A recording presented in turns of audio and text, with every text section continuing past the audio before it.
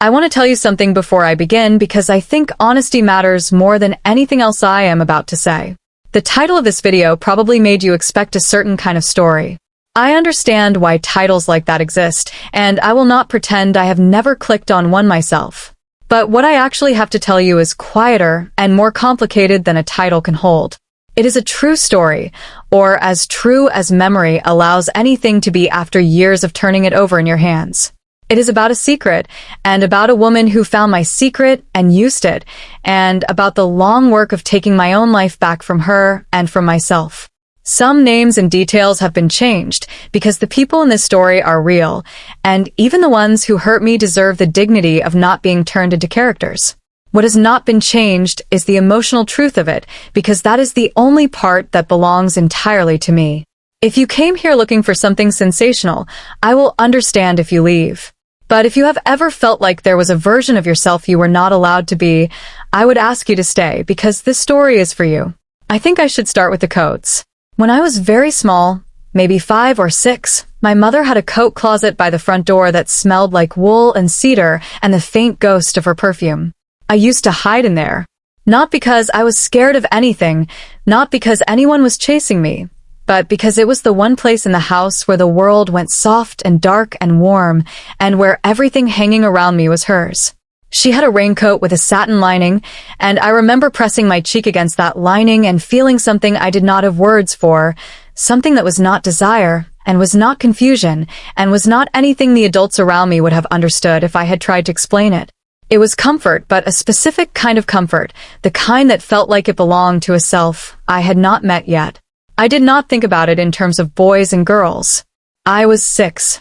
I just knew that the satin lining of my mother's raincoat felt like being understood, and that my own clothes, my rough little jeans and my stiff sneakers, never did. My mother died when I was 8. I will not spend long on that because this is not a story about grief, though grief is woven through all of it the way water is woven through everything that lives. I will say only that after she was gone, the coat closet became something else. It became the one place where she still existed in the world, in the form of a scent that faded a little more every year. My father, who was a good man and a broken one, could not bring himself to give her clothes away for almost 3 years.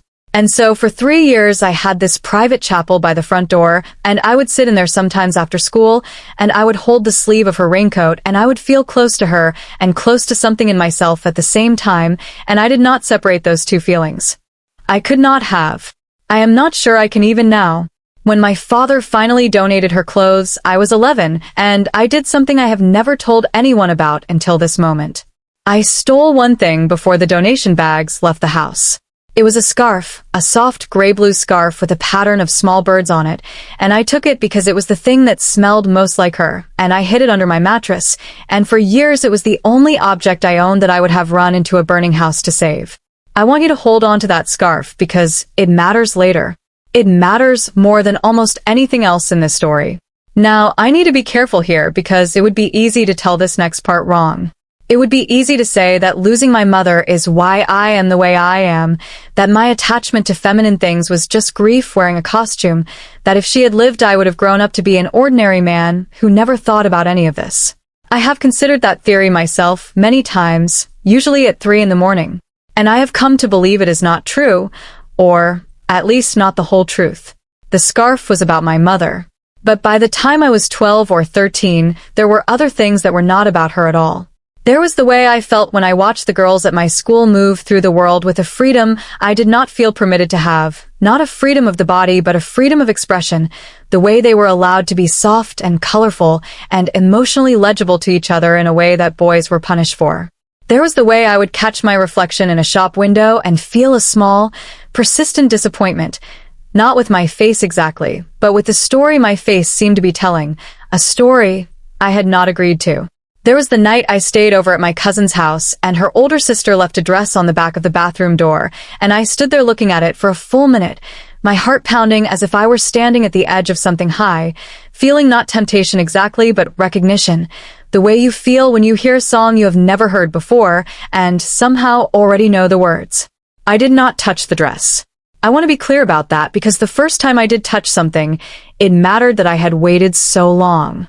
For years, this thing inside me existed only as a kind of weather. It would roll in heavy and humid, and I would carry it around for days, and then it would pass, and I would be a normal boy again, a boy who played video games and rode his bike and argued with his father about taking out the trash. I thought that was what everyone experienced. I genuinely believed, well into my teens, that everyone had a secret inner weather system they never mentioned, and that mine was simply one of many, and that adulthood would be the process of learning to ignore it. Nobody tells you, when you are young, that the things you cannot say out loud do not disappear when you ignore them. They just go quiet, and quiet things have all the time in the world. High school was when the weather became a climate. I was not bullied, exactly. I was not popular either. I was one of those kids who exist in the middle of the social order, visible enough to have friends, invisible enough to be left alone, and I worked hard to keep it that way because I understood with an animal instinct that my survival depended on being forgettable. The boys who were targeted were the ones who slipped, who let something show, a walk, a laugh, a way of holding their hands. I watched what happened to them, and I took notes. I learned to modulate my voice. I learned to sit with my legs spread and my shoulders loose. I learned to laugh at jokes I found cruel, and I hated myself a little more each time I laughed, and I filed that hatred away in the same place I kept everything else. There is a particular exhaustion that comes from performing a version of yourself every waking hour, and I do not think I truly rested for about 5 years. I do not say that for sympathy. I say it because I know someone listening to this is doing the same thing right now, and I want you to know that I know what it costs. You are not weak for being tired. You are running a marathon that nobody can see. The first time I actually wore something, I was 16, and it was almost absurdly innocent. It was Halloween, and a girl in my friend group suggested, as a joke, that we should all come to her party in drag. Boys and girls swapped. The other boys groaned and refused, and I groaned too, reflexively, perfectly, while something inside me stood up very straight and started shouting. I volunteered. I played it as a bit, the guy who commits to the joke, the guy with no shame. My friends thought it was hilarious. I borrowed a wig and a dress and a pair of flats from the same girl's older sister, and her mother did my makeup in their kitchen, clucking and laughing, turning me this way and that under the light, and at one point she stepped back and said, "Oh, honey, look at you," and there was a moment, just a moment, where her voice was not teasing at all, where she sounded almost gentle, and I looked in the mirror she held up, and I saw myself, and I had to leave the room. I said I needed the bathroom. I stood in there with my hands on the sink, and I looked at the person in that mirror, and I did not feel ridiculous. That was the terrifying part. I had expected to feel ridiculous. I had been counting on it, actually, because ridiculous would have meant the joke was just a joke. Instead, I felt something I can only describe as the opposite of grief. I felt like I had been holding my breath for 16 years, and someone had finally told me I could exhale. And then I felt horror, because I understood immediately what this meant about the rest of my life, and I washed part of the makeup off and told everyone I looked too good, and it was creeping me out, and they laughed, and the joke survived, and I went home and lay in the dark and did not sleep at all. I tell you this in such detail because I think it is the moment the story actually begins. Everything before that night was a prologue. I did not know I was living. Everything after it was the slow, grinding work of unknowing what I now knew.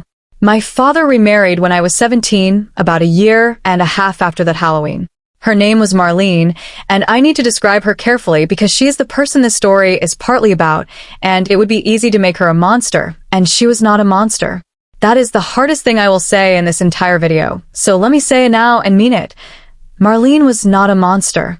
She was something more dangerous than a monster. She was a person who believed, with total sincerity, that everything she did was an act of love. She was my father's colleague first, a manager at the regional office of the company where he worked, and she was in every visible way impressive. She was organized where my father was scattered, decisive where he was hesitant, warm in a way that filled rooms, at least at first. She had been widowed young and had no children, and she told me once, early on, that she had always wanted a family and had accepted she would never have one. And that meeting us felt like a second chance she had stopped believing in. I believed her. I liked her, actually. She remembered things I told her. She asked about my classes and listened to the answers. She made the house feel inhabited again in a way it had not since my mother died, and I watched my father come back to life under her attention like a plant that had finally been watered, and I was grateful to her. I want that on the record. I was grateful. The wedding was small. I stood next to my father in a rented suit, and I meant it when I toasted them. And for about a year, things were genuinely fine. Better than fine. Marlene encouraged my father to finally go through the last of my mother's things, which he did, gently, over one long weekend, with her help. I did not tell either of them about the scarf under my mattress. It was mine, and it was the last one, and some instinct told me that what Marlene could not see, Marlene could not manage. I wish I had understood then how right that instinct was. I graduated high school and started at a state university about 90 minutes away, close enough to come home on weekends, far enough to breathe. And it was at university, in the first real privacy of my adult life, that the thing I had been holding at arm's length for years finally stepped forward and introduced itself. I was 18, I had my own room in an off-campus house with 3 other students who were never home, and I had a laptop and a door with a lock, and I did what I suspect many people in my position do. I started to search for words. I read everything. I read about crossdressing, about gender identity, about gender expression, about the difference between them, which nobody had ever explained to me, and which turned out to matter enormously. I read personal accounts written by people who sounded like me and people who sounded nothing like me, and I learned that there was a whole landscape here, that some people wore women's clothing occasionally and were men, happy men, certain of it, and some people discovered through clothing that they were not men at all, and some people lived somewhere between those poles, and that all of these were real, documented, human ways of being, none of them new, none of them invented by the internet, all of them carrying different implications for how a life might be built. I did not know yet where I fell on that landscape. I only knew, with a certainty that grew every month, that I was standing on it somewhere. And here is the thing I did that set everything else in motion, the thing I still think about with a mixture of tenderness and disbelief at my own naivety. I ordered clothes. Not many. A few things, inexpensive, ordered to a pickup location because I did not dare have them delivered to the house. A sweater. A skirt. A pair of shoes in my size, which took real effort to find. I kept them in a duffel bag at the back of my closet at school, and sometimes on weekend nights when my housemates were gone, I would put them on and I would sit at my desk and do my reading for class, just existing in my own room as a slightly different arrangement of myself, and it felt like the most honest thing I had ever done. There was nothing performative about it. There was no audience, and I did not want one. It felt less like dressing up and more like taking off a costume I had worn all week. I have since learned that this experience is so common among people like me that it is almost a cliché, but at the time I thought I was the only person in the world who had ever felt it, and that loneliness, that conviction of uniqueness, is part of what made me so vulnerable to what happened next. Because what happened next is that I brought the duffel bag home for winter break. I can explain why, though it will not sound like a good reason because it was not. My father's house was the place I went to be a child again, and some part of me, some hopeful, foolish, 19-year-old part of me, wanted to test whether my whole self could exist in that house, even in secret, even just in my locked bedroom late at night. I wanted to know if the person I was at school and the person I was at home could occupy the same building, even if they never occupied the same room at the same time. I wrapped the clothes in a garbage bag inside the duffel, buried them under textbooks, and I put the bag in the trunk of my car and drove 90 minutes through gray December rain, and my father hugged me at the door, and Marlene made the dinner she knew I liked, and everything was warm and ordinary and fine. I still do not know exactly how she found it. That is the truth.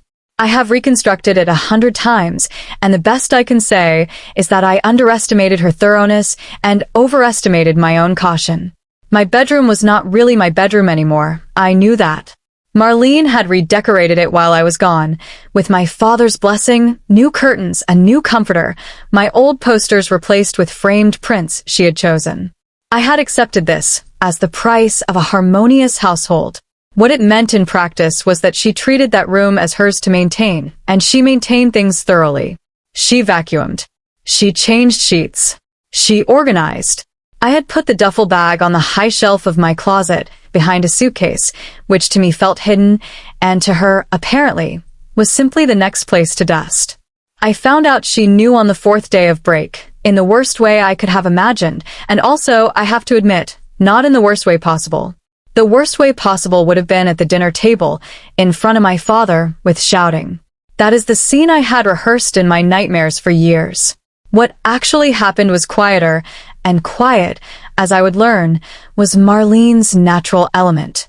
I came back from a run around the neighborhood, cold and sweating, and she was sitting in the kitchen with tea, and she said my name in a tone I had never heard from her before, and she asked me to sit down. My father was at work. The house was very still. And she said, not unkindly, that is the part one need you to understand. She said it almost gently. I found your bag. I want you to know that your father doesn't know, and he doesn't need to know. But we need to talk, you and I. I have tried many times to describe what I felt in that moment, and the closest I have ever come is this.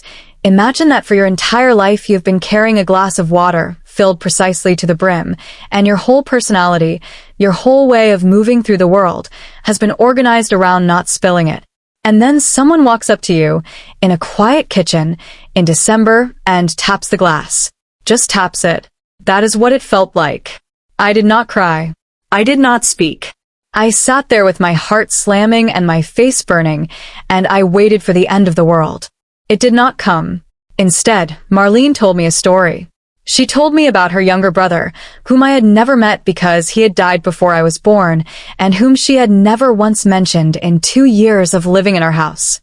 She said he had been, in her words, the same way, that he had worn their mother's clothes from the time he was small, that their father had beaten it out of him, or tried to, that he had left home at 17, that he had lived a life she described as lonely and chaotic, moving from city to city, and that he had died at 31 of what she called his sadness, though the official cause was different.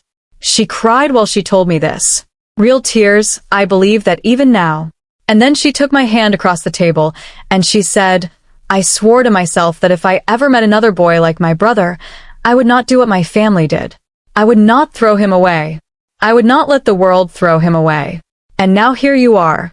I want to pause here because this is the moment the entire rest of the story grows out of, and it is also the moment that is hardest to explain to anyone who has not lived something like it.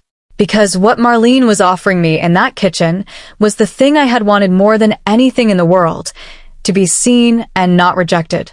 She was offering me acceptance. She was offering me a witness. She was the first person on earth who knew, and she had not screamed, and she had not told my father, and she had cried for a boy like me, and I was 19 and starving, emotionally starving in a way I did not have the vocabulary to understand, and I would have followed anyone who offered me that into almost any darkness, as long as they were holding a lantern. She was holding a lantern. It just took me a long time to notice that the lantern was also a leash. What she proposed, over that conversation and several more in the days that followed, always when my father was out, was this, that she would help me. That she understood this part of me better than I did, because she had watched her brother live it and die of it, and she knew where the dangers were. That the world would not be kind. That university was full of people who would use this against me, that I was young and naive and needed guidance. That we would keep it between us, in the safety of the house, where she could teach me, protect me, help me explore this in a controlled environment rather than the chaotic way her brother had. She used that word a lot, controlled. At the time it sounded like care. She framed everything as care. And when I hesitated, because some small part of me did hesitate, some animal in the back of my skull that had survived high school by being careful, she said the sentence that I now understand was the hinge on which the whole trap swung. She said, I thought you'd be happy. I thought you finally had someone who understands. But if you'd rather hide forever, the way you have been, if you'd rather I just forget I ever saw anything, I can do that too. Do you see it now? I did not see it then. What she was offering was not acceptance. It was a choice between two kinds of hiding, and she was presenting the choice as if one of the options was freedom. I could accept her guidance and her secrecy, or I could go back to being entirely alone with my secret, knowing that someone else carried it now, someone who could decide at any time that my father needed to know after all. She never said that last part out loud. She never had to. The threat was built into the architecture of the thing, the way a cliff does not need a sign to be dangerous. I said yes. Of course I said yes. I was 19, and someone had finally seen me, and the price of being seen was so small at first that I could barely feel it. At first, it even felt good. That is the honest truth, and I will not edit it out to make the story simpler. That winter break, in the evenings after my father went to bed early, which he always did, Marlene and I would sit in the den, and she would talk to me about clothes, about how to choose things that suited my frame, about posture and care and presentation. She had an eye for it. She had been, in another life, a buyer for a department store, and she knew fabrics and cuts and colors the way some people know music. She gave me a nightgown of her own to wear in the house, soft and pale, and she brushed my hair, which I had been growing out at university, and she called me sweetheart, and for a few weeks I was happier than I had ever been in my life, happier than I knew it was possible to be, because I was being allowed to exist, and the person allowing it was kind, and the kindness was real. That is what I need you to hold on to. The kindness was real. It was just not free. The shift was so gradual that I could not point to a single day and say, there, that is when it changed. But looking back, I can map it. It began with names. She started calling me by a girl's name in the evenings, one she had chosen, not one I had chosen, and when I mentioned, carefully, that I was not sure I want a name, that I did not know yet what I was, she smiled and said we needed something to call you. Sweetheart, something just for us, and it is hard to explain how a name you did not choose, spoken lovingly, can become a room you live in. Then it was routines. She liked me to be changed before she got home from work, on the days she came home before my father.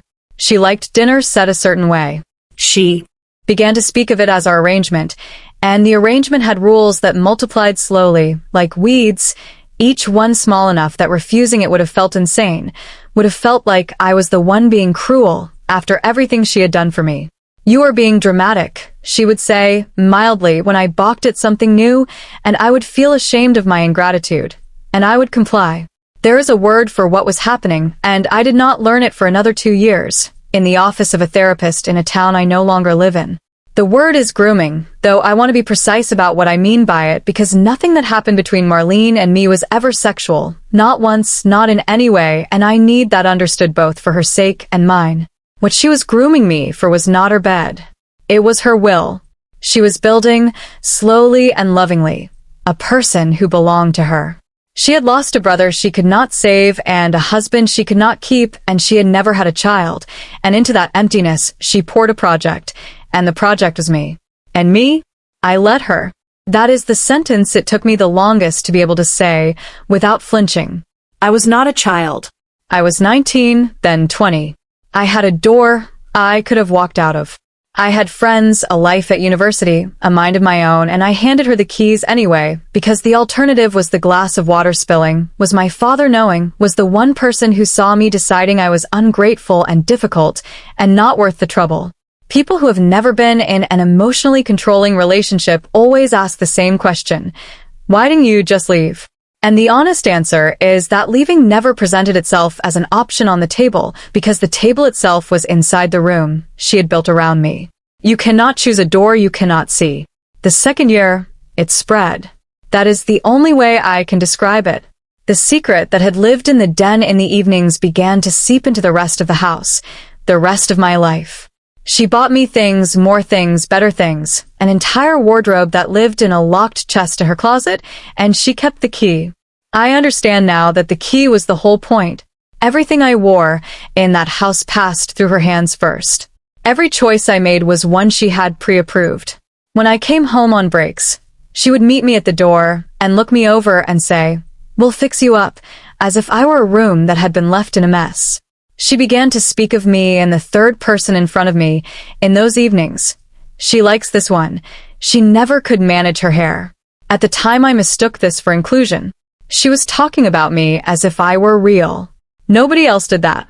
You can survive a great deal of condescension when the alternative is invisibility. She also began, gently at first, and then with more confidence, to manage my life outside the house. She did not like my friends at university, thought they were a bad influence, and said so, often in the language of concern.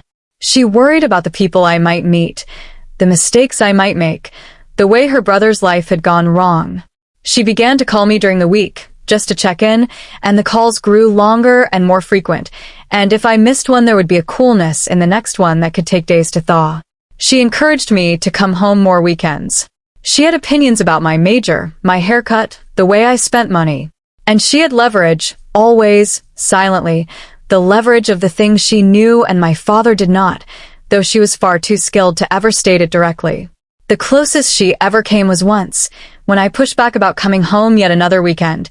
She sighed and said, "I just think it's important for this family to stay close, especially given everything I'm carrying for you." Everything she was carrying. As if my secret were a suitcase she had generously agreed to hold, and not a weight she had chained to her own wrist. And here, in the middle of this part of the story, I want to speak directly to you for a moment, the way I would if we were sitting together, because I know that some of what I am describing will sound familiar to some of you in ways that have nothing to do with gender or clothing or families like mine. The pattern I am describing, the slow exchange of your autonomy for someone's approval, the way each small surrender feels too petty to fight over, the way the other person's love comes to feel like whether you must constantly monitor and manage, that pattern does not require a stepmother or a secret. It happens in friendships, in romances, in workplaces, in churches, in families of every shape. If you recognized your own life in any of what I just said, I want you to hear one thing, and it is the thing I most needed to hear, and had no one to tell me. Love that requires you to become smaller is not love. It is appetite wearing love's clothes. Real care makes room for you to grow in directions the other person did not plan. Real care can survive your no. I did not know that then. I learned it the most expensive way there is, which is by living its opposite. The fear, the real, marrow-deep fear, arrived in my third year of university, and it arrived, as these things often do, dressed as an opportunity. A girl I knew, a classmate, someone I had been circling around a friendship with for months, invited me to a gathering at her apartment. And at that gathering, I met her older cousin, a woman in her late 20s who is transgender, who is out, who is settled in herself in a way I had never seen in a living person, who talked about her own history with a plainness that astonished me, the bad years and the good ones, the family that had struggled and mostly come around, the work she did, the ordinary, wonderful, boring life she had built. And I sat on that couch with my cup of soda, and I listened to her describe being free, and I felt something inside me begin to crack, not break, just crack, the way ice cracks on a lake in early spring, a sound that is either the first sign of thaw or the last warning before you go through. Because here is what I understood sitting there. The life she was describing was not secret. That was the whole of it. Her truth was woven through her entire existence, visible to her family, her employer, her friends, her landlord, strangers on the street. She did not have a locked chest in someone else's closet. She did not have a key holder. And I realized, with a horror so complete I had to leave the gathering early, claiming a headache, that I had spent 2.5 years building the exact opposite of a life. I had built a dollhouse, and I had let someone else own it. I drove back to my apartment that night, and I sat on the floor of my room, and I opened the duffel bag, the same one, and I looked at the few things in it that were actually mine, the things I had bought with my own money before Marlene, and I understood that I could not tell anymore which parts of me were mine. The name in my head was hers. The wardrobe was hers. The routines, the posture, the way I had learned to sit and speak and exist in femininity, all of it had been taught to me by a woman whose love was a form of ownership, and I did not know what was underneath the teaching. I did not know if I was a man who sometimes wore women's clothes, or a woman who had been wearing a man's clothes her whole life, or something else entirely, and the reason I did not know, the reason I could not know, was that I had never once explored the question on my own terms. I had handed the question to Marlene before I had even finished asking it, and she had answered it in a way that suited her, which was to make me into something small and private and dependent and hers. The fear I mentioned, the marrow-deep kind, was not fear of her. Not exactly. It was fear of the void. If I took back the question, if I pulled the whole structure down, I had no idea what would be left of me. The glass of water would finally spill, and I had spent my entire life organized around that glass. Do you understand? The prison had become load-bearing. That is the thing nobody tells you about long-term control. After enough years, the cage is holding you up. I did not act immediately.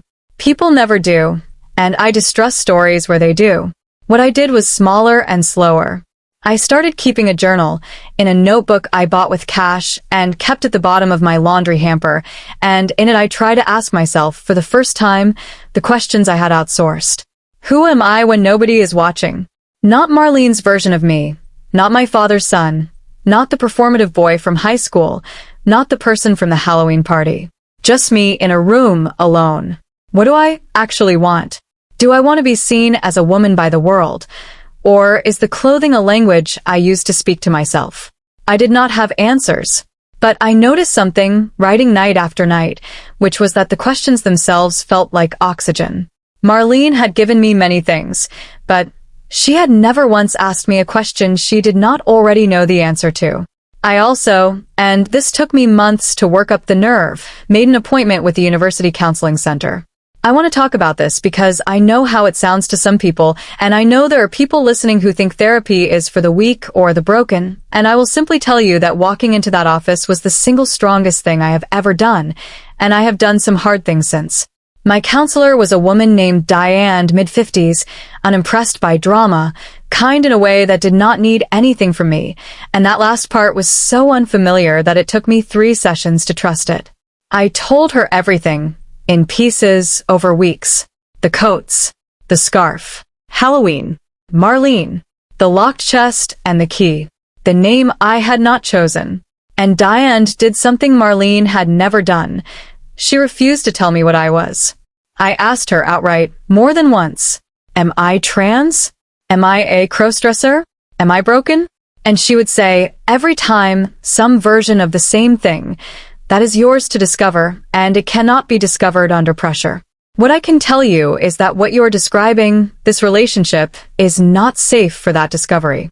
You cannot hear your own voice in a room where someone else is always speaking. And she said one more thing in my 5th or 6th session that I have carried with me every day since. I had been explaining, again, why I could not confront Marlene, why I could not risk my father finding out, why the arrangement, however flawed, was at least stable, and Diane listened, and then she said, quietly, you keep telling me what you're afraid will happen if you stand up. Tell me what happens if you never do. And I opened my mouth to answer, and nothing came out, because the answer was the rest of the story I have just told you, extended forward into decades. The answer was a locked chest and a borrowed name and a life lived entirely in someone else's den after my father went to bed. The answer was a man of 50, 60, 70, still tiptoeing, still performing, still owned. I sat in that chair, and I saw my whole future as a hallway with no doors, and something in me, the same something that had stood up and shouted at the Halloween party years before, stood up again. The confrontation, when it finally came, was nothing like the movies. There was no single dramatic scene, no shouting, no one storming out into the rain. That is not how control ends. Control ends the way it began, gradually and then all at once. It started with small refusals. I stopped coming home every weekend. I let calls go to voicemail and called back when I chose to. The coolness came as it always did, and I survived it, which was the revelation of my life up to that point. The coolness could not actually hurt me. It was weather, and I had been treating it as climate. I bought my own clothes with my own money and kept them in my own space. I stopped using the name she had given me, and when I told her that in the kitchen, my hand shaking, she looked at me for a long moment and said, I see, in a voice like a door closing, and I said, you can see all you want. It's mine. And I walked out of the room before she could answer, and I sat in my old bedroom with my heart pounding so hard I could hear it, and nothing happened. The world did not end. The glass of water trembled and did not spill. But I want to be honest about what the liberation cost, because the cost was real, and I would be lying to you if I pretended otherwise. Marlene did not go quietly. When her sweetness stopped working, she tried other things. She tried guilt, in long monologues about everything she had done for me, her brother's ghost invoked like a character witness. She tried dismissal, telling my father at dinner in front of me that I seemed to be going through a phase of some kind, distant, difficult, a phase, her eyes on me the whole time, a message in every word. I can end you with a sentence. She tried illness, headaches and vague symptoms that required care and attention, and always seemed to flare on the weekends I had planned to stay away. And once, Only once, she came close to the edge of the cliff. I had refused something, I no longer even remember what, and she said, very quietly, "I wonder what your father would say if he knew what his son gets up to in this house." And there it was, finally, the sentence that had lived under every other sentence for 3 years, out in the open air at last. And here is the strange thing, the thing I had not expected. The moment she said it out loud, it lost most of its power. Because I had spent 3 years imagining that sentence, and my imagination had made it infinitely worse than reality. It was just words. It was a threat, and a threat only works if you believe the person will carry it out, and standing there looking at her, I realized that she would not, because carrying it out would end the game, and the game was the thing she could not live without. A weapon you can never fire is not a weapon. It is just weight. I told my father myself, in the end, that was the only way to truly defuse it. Diane had helped me see, a secret is only leverage as long as you are more afraid of it being told than the other person is. I told him the summer after my 3rd year, in his workshop in the garage, because that was the place he was most himself, surrounded by the smell of sawdust and machine oil, and I told him as much of the truth as was mine to tell. I told him that for most of my life I had carried questions about who I was, about gender and clothing and identity, that I was still carrying them, that I did not have final answers and might not for a long time, and that I needed him to know because I was done building my life on hiding. I did not tell him everything about Marlene. I want to be honest about that too. I told him that Marlene had known for some time, and that her way of handling it had not always been healthy for me, and I left it there, because the full truth would have detonated his marriage, and I had decided, rightly or wrongly, that the detonation was not mine to set off. He was quiet for a long time. He sanded the same piece of wood for what felt like an hour.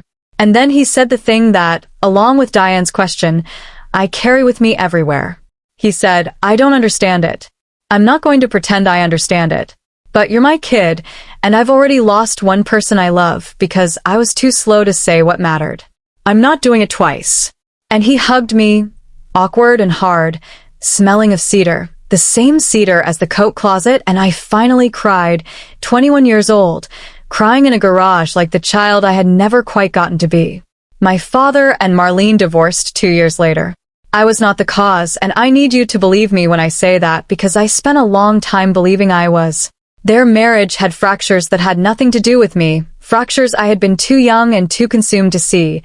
Her need to manage everything, his slow suffocation under it, the way a house can be perfectly kept and completely airless at the same time. My refusal to be managed did not break their marriage. It only showed my father that it was possible to refuse, and once he saw it, he could not unsee it.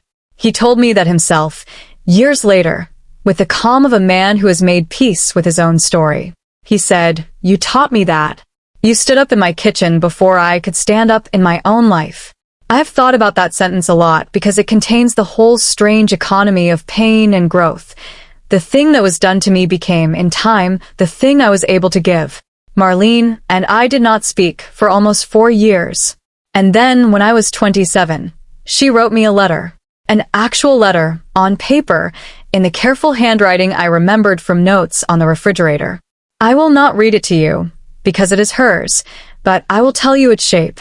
It was not an apology, not exactly. It was something rarer and more difficult, an account. She told me about her brother, the real story this time, which was worse than the version she had given me in the kitchen, worse in ways that explained her, without excusing her. She told me that after the divorce, she had finally, in her late 50s, seen a therapist herself, and that the therapy had been, in her words, like waking up in a house she had been trashing in her sleep.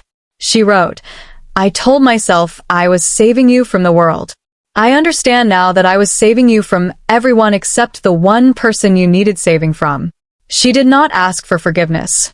She wrote that she understood forgiveness was not something she could request, only something she could make possible, and that the letter was not a request. It was, I think, the first thing she ever gave me with no strings attached. I cried over that letter. And then I did something I had not expected to do. I wrote back. Not to forgive her, not yet, Maybe not ever in the total way that word implies, but to tell her the truth, which was that she had hurt me deeply and had also, in the strangest way, been the first person who ever saw me at all, and that both of those things were real, and that I was no longer willing to amputate either one. We exchange letters now, a few times a year. It is not what it was. It is not what it should have been. It is a third thing, small and careful and honest, and I have learned that a third thing is sometimes all that life offers, and that taking it is not weakness. Now I want to tell you where the questions ended up, the ones I started asking in that journal at the bottom of my laundry hamper, because I know that is what some of you are waiting for, and I also know that my answer may not be the one you expect. I spent my early 20s doing the work properly, the work I should have been allowed to do from the beginning, on my own terms, at my own pace, with Diane and later another therapist, with books and with community and with long stretches of quiet. I went to a support group for people exploring gender, and I sat in a circle of folding chairs and listened to people whose lives were nothing like mine and whose interiors were exactly like mine, and I learned the vocabulary I had needed at 13. Gender identity, gender expression, the vast difference between who you are and what you wear, and the vast connections between them too. I experimented carefully in spaces that were mine. I tried the name she had given me, out loud, just once in my own apartment, alone, and it felt like wearing someone else's coat, and I let it go. I tried other names. I tried pronouns in trusted company. I wore what I wanted, when I wanted, where I chose, with a key to no one's chest but my own. And where I arrived, after years of this honest work, is here. I am a man. It turns out, not the kind of man I performed in high school, not the kind of man my father's generation handed me a script for, but a man nonetheless, a man whose gender is not in question, and whose expression of it is wide and soft and partly woven from things the world files under feminine. I wear what I wear because it is mine, not because it is her, and some weeks that means nothing at all, and some weeks it means the gray-blue scarf with the small birds on it, my mother's scarf. The one thing I saved, which I still have, which hangs now by my own front door in my own house, where visitors sometimes ask about it, and I tell them it was my mother's, and that is true, and it is also not the whole truth, and I have made my peace with the fact that some truths get to stay folded. The person at the Halloween party who could not breathe, the boy in the coat closet, the young man in the den under lamplight, they were not a woman waiting to be freed, as it turned out, and they were not a fetish or a phase or a broken thing. They were a person trying, with the only tools he had, to touch a part of himself that his world had no sanctioned language for: tenderness, beauty, softness, the right to take up emotional space. That is what the satin lining meant. That is what the mirror held. I did not need to become someone else. I needed to be allowed to be all of myself, and the terrible, wonderful irony is that Marlene, who saw me first, could only see me as a thing to be shaped, and it took losing her shape entirely to find my own. I want to be careful here, because I know this story will be heard by people whose answers are different from mine, and the last thing I want is for my ending to read as a verdict on anyone else's. Some of the people in that circle of folding chairs discovered, through the same honest work I did, that they were women, or that they were something the old words do not cover, and their discoveries were exactly as true as mine, and their lives today are exactly as real. The point was never the destination. The point, the whole point, the thing I drove 90 minutes in the rain to learn and spent 3 years in someone else's den unlearning, is that the discovery has to be yours. Nobody else gets to hold the question for you. Not a parent, not a partner, not a community, not a counselor, not a comment section. The moment anyone, however loving, however wounded, however wise, offers you an identity instead of helping you find your own, You're no longer being seen. you are being drafted. And if I could go back, knowing everything I know now, to the kitchen table, to the December afternoon when Marlene tapped the glass, would I change it? I have asked myself this 100 times, and the honest answer is that I would change the method and keep the moment. I would want to be seen still. I would want it desperately because I was starving and being seen was bread. But I would want to be seen by someone who understood that seeing is not the same as owning, and since that person did not exist in my life at 19, I would want most of all for someone to have told me what I am telling you now, that the hunger to be seen is not a weakness, that it will not kill you to feed it slowly, and that anyone who offers to feed you in exchange for the keys to yourself is not offering you a home. They are offering you a beautiful cage, And the tragedy of beautiful cages is that you can live in them for years before you notice the door was locked, and the mercy of them is that the lock, in the end, is almost always on the inside. There are a few things I want to leave you with, and I will keep them short, because this story has been long, and you have been generous with your time. The first is for the people who recognize themselves in the younger version of me, the ones carrying a glass of water filled precisely to the brim. You do not have to decide anything today. You do not have to have a label, a plan, a coming-out speech, a wardrobe, an answer. You are allowed to be a question for as long as you need to be. Questions are not failures. A person who is honestly searching is already living more truthfully than a person performing a certainty they do not feel. The second is for the people who recognize themselves in the arrangement. In any arrangement where your selfhood is someone else's project, the coolness cannot actually hurt you. The threats are heavier than they are sharp. The door exists even when you cannot see it, and there are people, counselors, and communities, and sometimes, surprisingly, family, whose help does not come with a key to your chest. Ask for help that asks nothing back. It exists. I found it in an office with a woman named Diane who never once told me what I was, and in a garage with a man who sanded the same piece of wood for an hour and chose me anyway. The third is for everyone, and it is simply this. Be careful with the moment when someone finally shows you their hidden thing. It does not matter what the thing is. When a person hands you their secret, they are not handing you a problem to manage or a project to shape or a younger version of someone you lost. They are handing you their glass of water. Your whole job, your only job, is to hold it steady. I am 31 years old now. I have a small house with a coat closet by the front door, and in that closet hangs a raincoat with a satin lining that I bought for myself a few years ago because it turns out you can just do that. You can just buy the thing that feels like being understood. Next to it hangs a gray-blue scarf with a pattern of small birds. Some mornings I take the scarf down and hold it for a moment before I start my day, and I think about my mother who never knew any of this, and about my father who chose me in a garage, and about Marlene who is not a monster, who is a person who confused rescue with possession, and is doing her own slow work now, one letter at a time, and about the boy I was, the one who pressed his cheek to a satin lining and felt something he had no words for. I have the words now. That is the whole story, really. Not the clothes, not the secrets, not the years in the den. The words. It took me 25 years to learn the language of my own life, and if telling it out loud, here, like this, gives even one person a single word they were missing, then every hard day of it was worth something beyond itself. Thank you for watching and spending this time with me. If this story helped you understand yourself or others a little better, feel free to explore more on the channel.